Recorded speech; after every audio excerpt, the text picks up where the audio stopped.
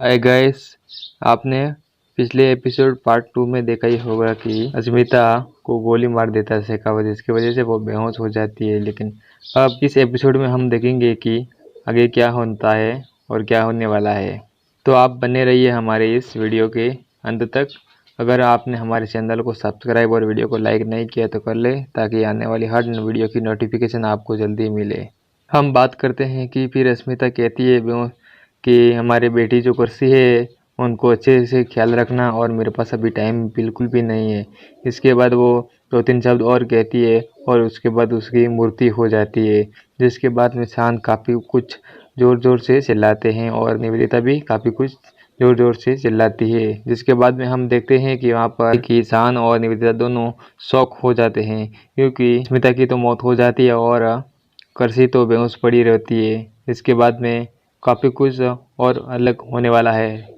लेकिन उसके पहले हम चांद बहुत आवाज़ देते हैं कि फुसकी फुसकी, तुम्हारे बगैर मैं नहीं रह सकता हूँ, तुम अकेला मुझे छोड़कर क्यों जा रही हो। ऐसे वो बात करते रहते हैं उनसे। लेकिन अस्मिता की तो मौत हो जाती है।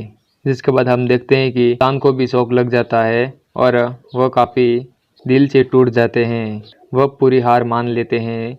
लेकिन वह कई बार चिल्लाते हैं कि उसकी आंखें खोलो प्लीज़, उसकी आंखें खोलो, तुम मुझे छोड़कर नहीं जा सकती, प्लीज़ मुस्की प्लीज़। लेकिन उसके बाद में निवेदिता भी काफ़ी कुछ चिल्लाती है और कहती है कि उसकी ऐसा मत करो, तुम चांद को अकेला छोड़कर नहीं जा सकती। लेकिन क्या करे, उसकी के तो ज़िंदगी में ऐसा ही लिखा ही रहा, क्योंकि दरिंदे शेखावत ने उसको गोली मार दी, जिसकी वजह से ऐसा हुआ है। जिसके बाद में हम देखते हैं कि एक और नया ट्विस्ट आ जाता है।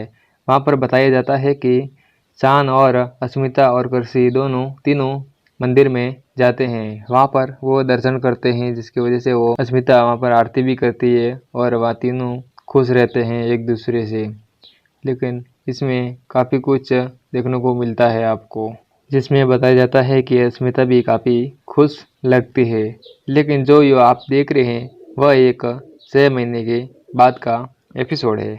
ये जो बताया जाता है वह 6 महीने बाद का है कि 6 महीने बाद में क्या होता है। रियल में देखे तो यह एक सपना था, जो कि शान सपना देखते हैं।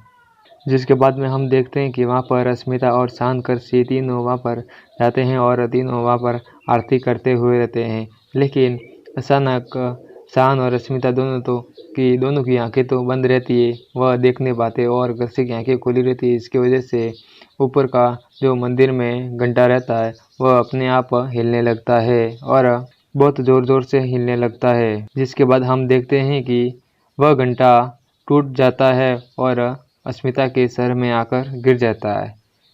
आप सोच रहे होंगे कि उसके बाद में क्या हुआ।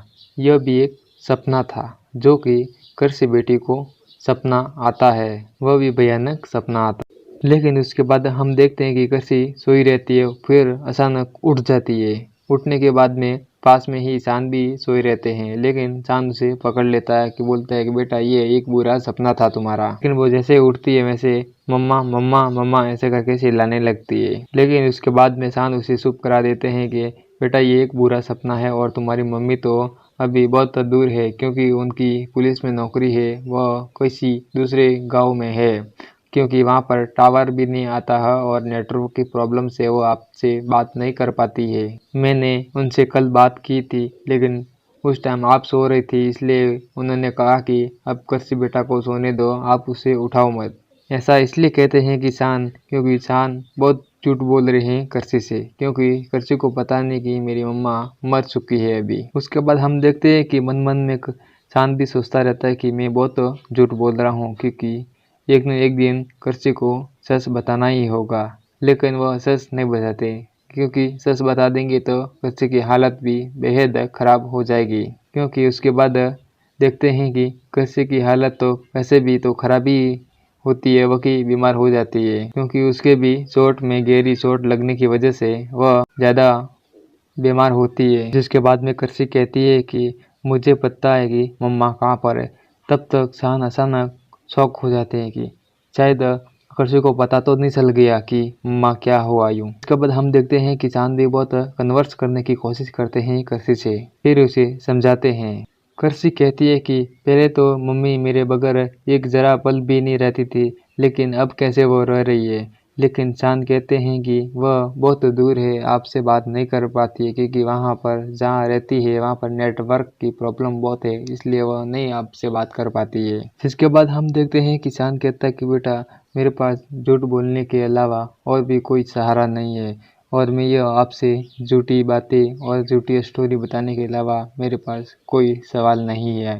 I am very very sorry. जिसके बाद में हम देखते हैं कि शान कृषि बेटी को एक कैप्सूल खिलाते फिर सो जाते हैं, क्योंकि कृषि की तबीयत खराब रहती है, उसकी वजह से उसे बोलते हैं कि बेटा अब तुम ये गोली खा लो फिर आराम करो। जिसके बाद में हम देखते हैं कि शान को वो भी ऐसे रोते रहते और सपने देखते रहते कि फिर जो भी पुरानी बातें हैं उनकी याद करते हैं अस्मिता की, कि अस्मिता कहती है कि हमारी जो भी पुरानी बातें हैं और वो तुम जिंदा रखना और मेरी बेटी को भी खुश रखना काफ़ी कुछ। शान भी पागल हो जाते हैं और बहुत रोते रहते हैं, क्योंकि उनकी आंखों में बहुत सारे आंसू बहते हैं। फिर शान कहते हैं कि क्यों चली गई मुस्की, तुम्हारे बिना जीना ही मुश्किल है मुझे, कैसे जीऊँगा तुम्हारे बिना मैं कृषि और साहत के लिए हंसता चेहरा दिखा रहा हूँ, लेकिन उसे कब तक मैं झूठ बोलता रहूँगा ऐसा। मैं पूरा टूट चुका हूँ, पूरा थक चुका हूँ मैं अब। जिसके बाद हम देखते हैं कि शान कमरे से बाहर जाने की कोशिश करते हैं और वहाँ पर निवेदिता अचानक उसे आवाज़ दे देती है। जिसके बाद में शान रुक जाते हैं और निवेदिता कहती है कि बेटा, कितने टाइम तक तुम झूठ बोलते रहोगे कृषि और साहत को। हिम्मत हारने से बात तो नहीं बनेगी। अब आपको पता ही है कि डॉक्टर ने क्या कहा कृषि के बारे में, क्योंकि उनकी हालत बहुत ही दिनों दिन बढ़ती ही जा रही है गंभीर। हमारी बच्ची ना तो स्कूल जाती है, ना तो किसी से बात करती है, ना तो हंसती है। वह हंसी का कारण था वो भी वो मुस्कुराना भूल गई है। आप कब तक झूठ बोलते रहेंगे ऐसा? आपको देविका को कृषि के सामने लाकर खड़ा करना ही होगा। फिर निवेदिता कहती है कि अस्मिता का दिया हुआ वादा आप पूरा करें। आपको देविका को कहीं से भी ढूंढ कर लाना होगा यहाँ पर। जिसके बाद में हम देखते हैं कि शांत कहता है कि मम्मा, मैं उसे देविका को 6 महीने से ढूंढ रहा हूँ, लेकिन वह मुझे मिल नहीं रही। उसका कोई अता पता नहीं है। एक भी दिन ऐसा नहीं है जो मैंने उसे ढूंढा नहीं है। इसके बाद में हम देखते हैं कि अचानक शांत के पास फ़ोन आ जाता है, जिसमें बताया जाता है कि देविका मिल गई। उसके बाद में तुरंत चांद कहते हैं ठीक है, मैं आ रहा हूँ वहाँ पर, आप वहीं पर ही रहो। लेकिन चांद वहाँ पर पहुँच जाता है। उसके बाद में हम देखते हैं कि वहाँ पर देविका है जो कुछ डांस बार में रहती है और वहाँ पर गाना वाना गाती रहती है। लेकिन उसके बाद में वहाँ बहुत माहौल भी बहुत बड़ा रहता है। उसके बाद में वहाँ पर अचानक पुलिस आ जाती है, जो कि लेडीज़ पुलिस आ जाती है और वो कहती है कि आप यहाँ बिना परमिशन के ही कॉलेज में गाना गाना कितना कानूनी अपराध है। उसके बाद शान वहाँ पर पहुँच जाते हैं और फिर में देखते हैं कि वहाँ फिर पुलिस देविका को पकड़कर थाने लेकर चली जाती है।